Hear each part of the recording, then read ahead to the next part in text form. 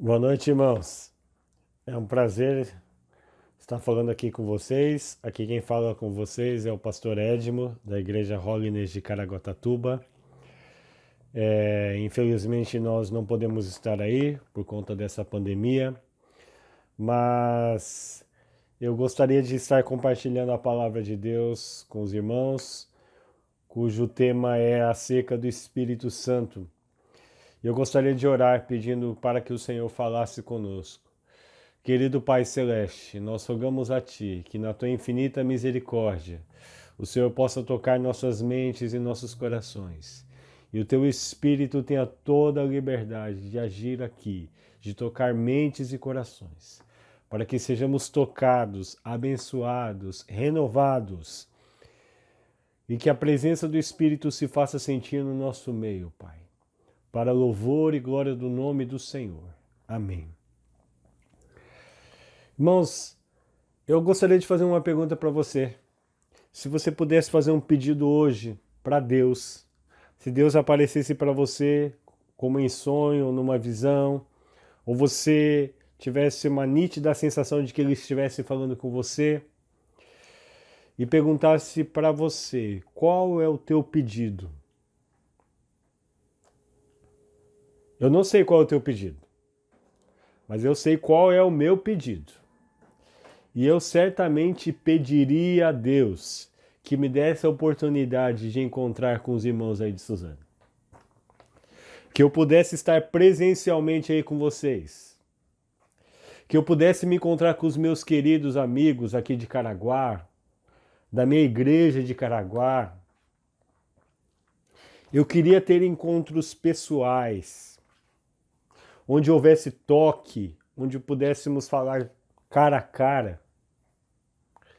E aqui, nesse retiro, nós vamos falar sobre o Espírito Santo, que é, antes de mais nada, irmãos, como diz a palavra, ele é o próprio Deus, o Deus habitando em nós. A presença manifesta de Deus no ser humano é o Espírito Santo. É o Deus que habita em nós. E nesses momentos, irmãos, não há nada que substitua algo que a gente possa sentir, tocar, algo que a gente possa ouvir.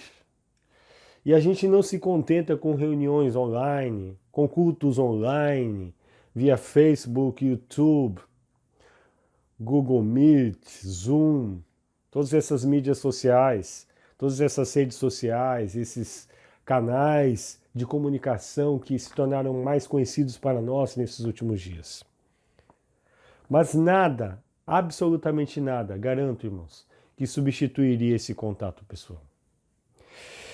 E a respeito desse assunto, meus irmãos, eu queria falar um pouco, meditar com os irmãos em João capítulo 14, onde Jesus está falando com seus discípulos no seu sermão de despedida, de João 14 a 17.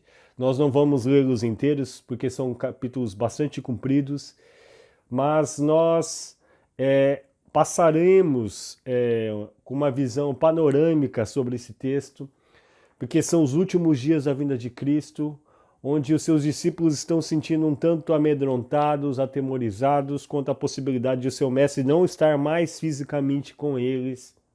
E então Cristo profere o seu sermão, chamados os sermões de despedida, os sermões do cenáculo. João capítulo 14. Fala assim no versículos 1 ao 3. Não se turbe o vosso coração. Crede em Deus, crede também em mim. Na casa de meu Pai há muitas moradas. Se assim não fora, eu vou-lhe teria dito, pois vou preparar-vos lugar.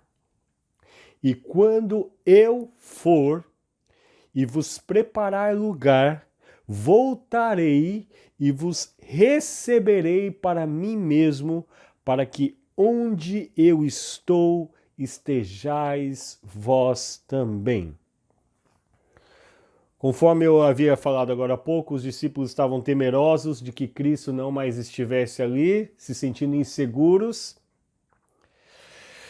E não mais podendo contar com a presença do seu mestre, durante 3 anos haviam convivido de maneira intensa com ele, e agora Cristo lhes dá uma palavra de consolo. Não se perturbe o seu coração, o coração de vocês. Creio em Deus, creio também em mim. Na casa de meu Pai há muitos lugares para morar. E se não fosse assim, eu teria dito isso para vocês. E Jesus então dá uma palavra de conforto, dizendo que eles vão também morar com ele, na casa do Pai dele, juntamente com eles, um dia. E os discípulos, então, aparentemente mais tranquilizados com essa palavra, acho que não ficaram muito contentes, talvez. Eu fico imaginando a cena, Jesus falando diretamente com eles ouvindo esse discurso um pouco estranho, de que Jesus vai embora, de que Jesus vai partir deste mundo. E então, Jesus fala aqui mais claramente acerca do papel do Espírito Santo, da pessoa do Espírito Santo. Em João capítulo 16, versículo 7, abra aí, João 16, versículo 7, diz o seguinte: mas eu vos digo a verdade, convém-vos que eu vá, porque se eu não for, o Consolador não virá para vós outros. Se porém eu for, eu vou enviarei. Em outras versões diz que é melhor que eu vá, é melhor que eu parta deste mundo, porque assim o Consolador virá a vocês, o Espírito Santo. E por que a vinda do Espírito Santo, meus irmãos, é melhor do que a própria presença física de Cristo? Porque em João 14, versículo 16, diz o seguinte: e eu rogarei ao Pai, e ele vos dará outro Consolador, a fim de que esteja para sempre convosco. Veja que o próprio Cristo salienta que a vinda do Consolador, do Espírito Santo, é a presença de Deus, de Cristo, do Pai, para sempre na vida dos discípulos. A presença de Cristo em nosso coração se realiza por intermédio do Espírito Santo, nos levando ao Pai. E Ele vai estar conosco todos os dias, conforme já havia sido dito por Jesus em Mateus 28. E eis que estou convosco todos os dias até a consumação do século. E o Senhor Jesus então reitera aqui em João que é melhor que Ele vá, porque assim o Espírito Santo vai estar de maneira permanente, para sempre. O próprio Deus vai estar para sempre habitando na vida dos cristãos. Mateus 1,23 diz o seguinte: eis que a Virgem conceberá e dará à luz um filho, e ele será chamado pelo nome de Emanuel, que quer dizer Deus conosco. Jesus era Deus vindo em forma de ser humano, e o Verbo se fez carne e habitou entre nós, cheio de graça e de verdade. A palavra lá no original diz que o Verbo, Jesus, ele fez um tabernáculo, ele fez habitação entre nós, seres humanos, e habitou entre nós. Aqui Jesus é chamado de Deus conosco, Emanuel. E o Espírito Santo, conforme nós lemos ali no versículo 16 de João capítulo 14, ele não é apenas Deus conosco, mas é Deus em nós. Veja ali. O Espírito da verdade, versículo 17, que o mundo não pode receber, porque não o vê, nem o conhece. Vós o conheceis, porque ele habita convosco e estará em vós. Perceba que há uma diferença, meus irmãos, que não há apenas Cristo habitando no nosso meio, mas é Cristo habitando em nós.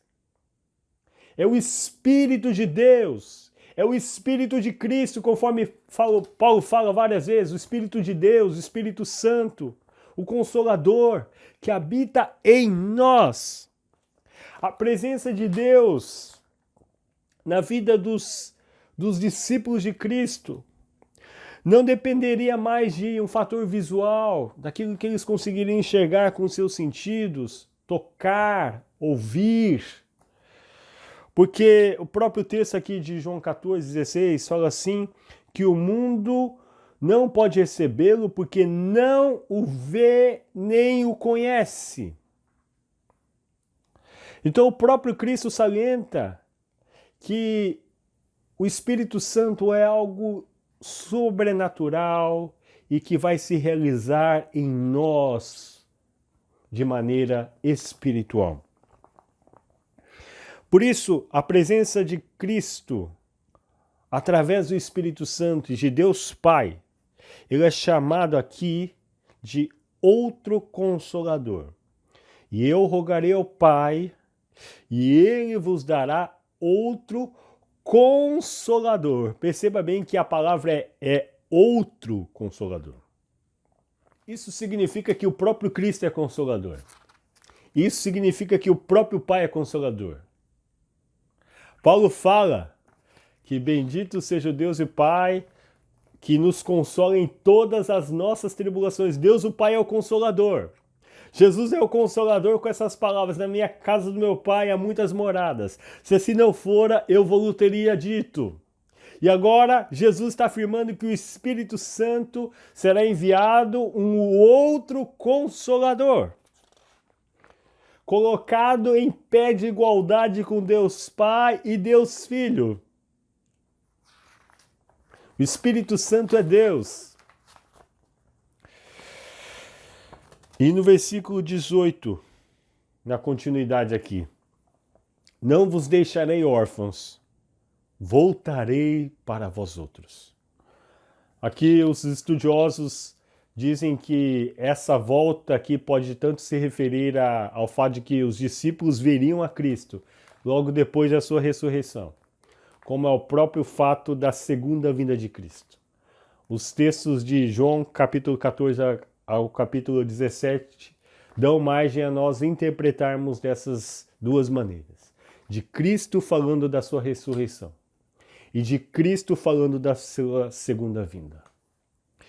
E o que Deus requer de nós então, já que Ele diz que não vai nos deixar órfãos, não vai nos deixar sem sentir a presença dEle. O que Deus requer de nós?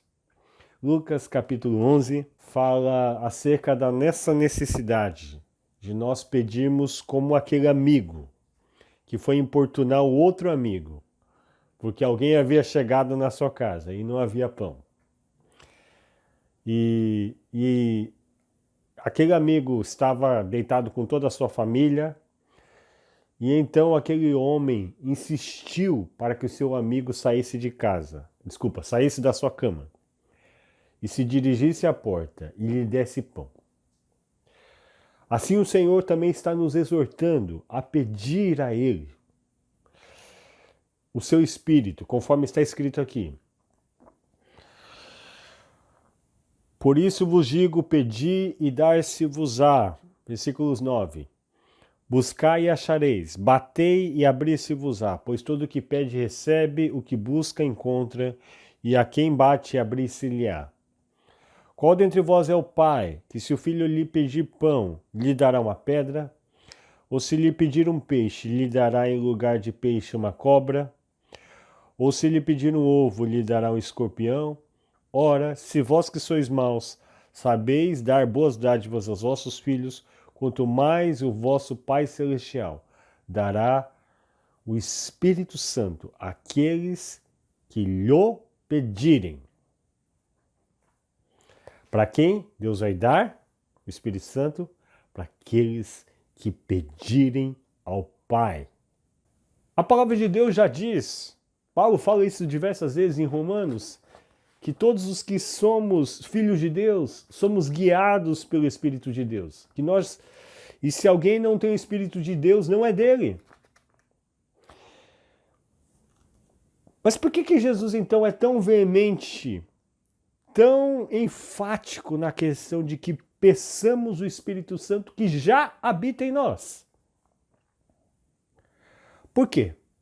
Porque Efésios capítulo 4, versículos 29 a 31 está escrito: não saia da vossa boca nenhuma palavra torpe, e sim unicamente a que for boa para edificação, conforme a necessidade, e assim transmita a graça aos que a ouvem. E não entristeçais o Espírito Santo. Irmãos, a palavra aqui está deixando bem claro, que nós podemos entristecer a pessoa do Espírito Santo, assim como qualquer outra pessoa. Por diversos motivos nós podemos estar entristecidos. Podemos estar entristecidos pelo fato de não podermos encontrar os irmãos, podemos estar entristecidos por questões econômicas, ou por motivos de saúde, ou até mesmo por questões de relacionamento que não foram resolvidas com o tempo, ou talvez a saudade de alguém que há muito tempo você não vê. Aqui a palavra de Deus diz, através do irmão Paulo, que nós podemos entristecer o Espírito Santo. Nós podemos deixá-lo chateado. Nós podemos deixá-lo decepcionado. E a forma com a qual nós podemos fazer isso, meus irmãos, é usando da nossa boca. A nossa boca, às vezes, é instrumento de Deus. Tiago fala, não pode sair da mesma fonte o doce e o amargo. Da nossa boca não pode sair aquilo que edifica e aquilo que destrói. E aqui Paulo exorta os irmãos de Éfeso que não saísse da boca deles nenhuma palavra torpe. No original significa uma palavra que não edifica, qualquer palavra vazia, que não traga, que não colabore para fortalecer, para construir a vida de outras pessoas. Que não transmite graça aos que a ouvem.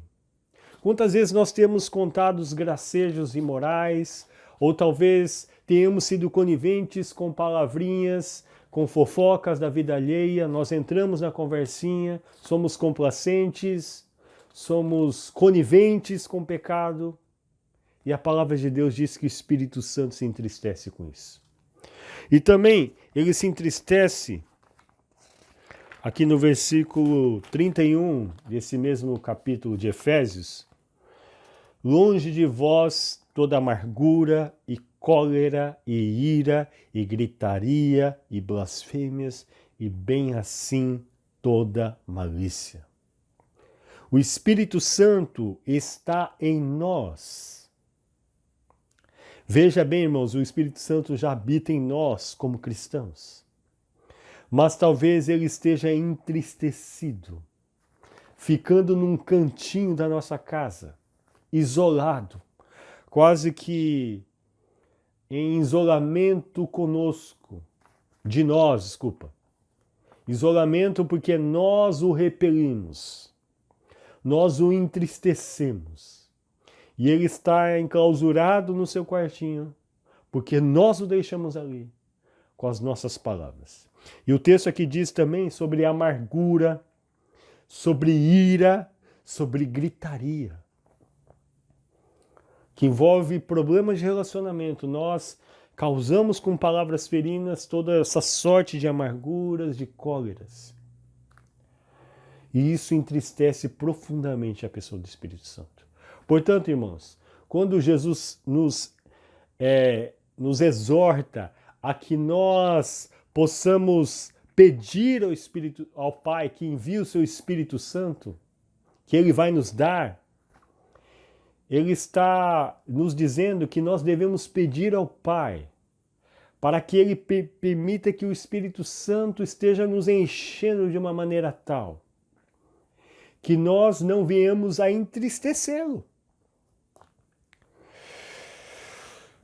João capítulo 14, desculpa, irmão, se eu estou viajando muito, mas João capítulo 14, versículo 13, normalmente eu não costumo fazer mensagens temáticas, mas nesse retiro achei por bem nessa primeira mensagem, pelo menos, a gente abordar de uma maneira um pouco mais temática o texto. Está em João capítulo 14, versículo 13, Jesus diz: E tudo quanto pedides em meu nome, a fim de que o Pai seja glorificado, isso farei, a fim de que o Pai seja glorificado no Filho. Se me pedirdes alguma coisa em meu nome, eu farei. E aqui cabe um adendo, meus irmãos. Pedir algo em nome de Jesus não quer dizer simplesmente recitar o nome de Cristo, como se fosse um mantra, em nome de Jesus. Os irmãos estão bem lembrados no episódio em Atos, diz que havia filhos de um sacerdote que foram expulsar demônios de uma pessoa. E diz que ele estava imitando Paulo, a palavra diz lá em Atos. E eles falaram assim, olha, em nome de Jesus, sobre quem Paulo prega, saiam desse corpo, saiam dessa pessoa. E a palavra diz que os demônios invadiram aqueles filhos do sacerdote, porque eles disseram para os filhos do sacerdote, nós sabemos quem é Paulo e sabemos quem é Jesus, mas vocês quem são? Portanto, recitar em nome de Jesus não basta, meus irmãos. Não é simplesmente nós orarmos e dizermos em nome de Jesus, amém. Irmãos, não é isso. Não se trata de uma fórmula mágica. Se trata de um termo jurídico. Por exemplo, quando você faz uma procuração em nome de alguém, você passa a tua procuração para que alguém faça algo em teu nome. Você está dando autorização para que aquela pessoa faça transferência bancária ou assine documentos. O que Jesus está falando é mais ou menos a mesma coisa. Quando nós pedimos algo que o próprio Pai autoriza, que o próprio Pai assina embaixo, isso eu vou dar a vocês. E o que o Pai assina embaixo, que traz glória ao nome dele, porque está escrito aqui, tudo quanto pedirdes em meu nome isso farei, a fim de que o Pai seja glorificado no Filho. O que é que vai trazer glória ao nome do Senhor? Versículo 23. Naquele dia, nada me perguntareis. Em verdade vos digo, se pedirdes alguma coisa ao Pai, ele vô-la concederá em meu nome. Até agora nada tendes pedido em meu nome. Pedi e recebereis, para que a vossa alegria seja completa. João capítulo 16, versículos 23 e 24. Me desculpa, João no capítulo 16. Quando algo traz glória ao nome de Deus, é engraçado, meus irmãos. Além de Deus responder as nossas orações, a palavra de Deus diz que Deus fará isso, que Ele responderá às nossas orações, a fim de que a nossa alegria seja completa. Meus irmãos, que promessa maravilhosa é essa? E dentre as inúmeras promessas que Jesus nos dá, de que Pai vai responder, uma das promessas é a que Ele mesmo faz lá em Lucas. E a promessa de que Ele vai dar o Espírito Santo àqueles que pedirem a Ele. Jesus promete que vai nos encher de alegria, além de responder às nossas orações. Um dos frutos do Espírito Santo, diz a palavra lá em Gálatas capítulo 5. Amor, alegria. Alegria é uma das consequências da ação do Espírito Santo. E aqui Jesus está dizendo que essa alegria será completa.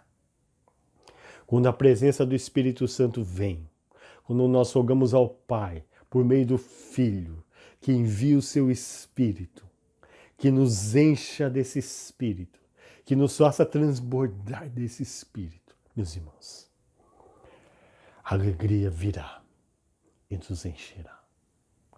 Portanto, vocês talvez esteja a se perguntar se eu já tenho Espírito, por que tenho de pedi-lo? Porque talvez, meus irmãos, o Espírito Santo pode estar entristecido no meu e no teu coração. E talvez até o Espírito Santo não esteja feliz. E você, porque o Espírito Santo não está feliz em você, não tem vivido de maneira verdadeiramente feliz, alegre. E a verdadeira alegria, a alegria completa, é aquela que vem como resposta da oração que fazemos em nome de Jesus. A Deus Pai, rogando a presença do Espírito Santo, para que a nossa alegria seja completa. Salmo capítulo 51, versículos 11 e 12 diz o seguinte: Não me repulses da tua presença, nem me retires o teu Santo Espírito. Restitui-me a alegria da tua salvação. Davi havia escrito esse salmo após ter confessado o seu pecado a Deus por meio do profeta Natã, por quem ele foi confrontado. E aqui Davi faz esse salmo de confissão a Deus, essa oração a Deus. Não me repulses da tua presença, nem me retires o teu Santo Espírito. E o indicador de que o Espírito Santo está enchendo a nossa vida, meus irmãos, é que a nossa vida cristã é uma vida cristã repleta de alegria. Paulo, melhor do que qualquer outro, sabia que a vida cristã era uma vida repleta de alegria. E não é à toa que ele diz lá em Filipenses, no livro que é conhecido como a Carta da Alegria, onde Paulo está preso na primeira vez em Roma, ele fala o tempo todo: alegrem-se no Senhor. Outra vez digo, alegrai-vos. Alegria não é algo autogerado, não temos um gerador de alegria, um autogerador de alegria, onde eu falo, se alegre, Edmo. Não. Paulo deixa bem claro: alegrai-vos sempre no Senhor. Outra vez digo, alegrai-vos. O pecado, quando se instaura na nossa vida, faz-nos repelir a ação do Espírito Santo em nós. E uma das primeiras evidências de que o Espírito Santo não está plenamente ativo ou cheio na nossa vida, nos enchendo, é a perda da alegria. E é bíblico, então, meus irmãos, que nós peçamos ao Espírito Santo, ao Pai, por meio do Filho, algo que o próprio Filho autorizaria, em nome do Pai, e Ele nos dará para que a nossa alegria seja completa. A minha oração, meus irmãos, que no meio de toda essa tristeza, esse bando de notícias ruins, tragédias, desempregos, perdas, lutos, doenças, distanciamento familiar, de amigos, da igreja, essa alegria venha a reinar novamente em nossos corações. A igreja pode clamar novamente a Deus pela presença do Espírito Santo. Porque uma igreja que clama a Deus em nome de Jesus será uma igreja plena da alegria dele. Que Deus possa nos abençoar e nos fortificar. Vamos orar? Querido Pai Celeste, nós rogamos a Ti que na Tua infinita misericórdia Tu nos permitas ser cheios de Ti, ser cheios da Tua alegria, ser cheios da Tua presença. Senhor, o Senhor nos exorta que peçamos, nós já temos o Espírito Santo dentro de nós, mas por algum motivo, talvez por amarguras, talvez por palavras ferinas, nós temos nos distanciado do Senhor, porque entristecemos o Espírito Santo ao quebrar a unidade do corpo de Cristo. E ao rompermos, atentarmos contra a unidade do corpo de Cristo, Senhor, nós estamos entristecendo profundamente o coração do Espírito Santo. E talvez ele tenha ficado apagado nas nossas vidas. Nós pedimos que o Senhor renove a tua presença em nosso meio e que restitua na nossa vida a alegria que vem da presença e da comunhão com o Espírito Santo. Pai, que a igreja de Suzano possa ser experimentada, possa ser uma igreja cheia da alegria do Espírito Santo. Assim como o Pai está no Filho, o Filho está no Pai. E o Espírito está sendo enviado através do Filho. Oh Pai, vem enviar o Teu Espírito agora. Senhor, trazendo consolação. Envia o outro Consolador. Pai, derrama agora da Tua presença, do Teu poder. Senhor, creio que essa mensagem não foi pedida à toa. Creio que o tema desse retiro vem de acordo com a necessidade que a igreja tem da presença poderosa do Teu Espírito a nos avivar. Rogamos que o Senhor o faça de modo poderoso por meio da Tua palavra e que não sejamos uma igreja apenas que fala acerca da experiência com Deus Pai e Deus Filho, mas que também falemos e experimentemos e conheçamos a pessoa do Espírito Santo, que é Deus não apenas conosco, mas é Deus em nós, para sempre. Nós te louvamos, nós te adoramos, em nome de Jesus. Amém. Que Deus o abençoe e até amanhã. Forte abraço.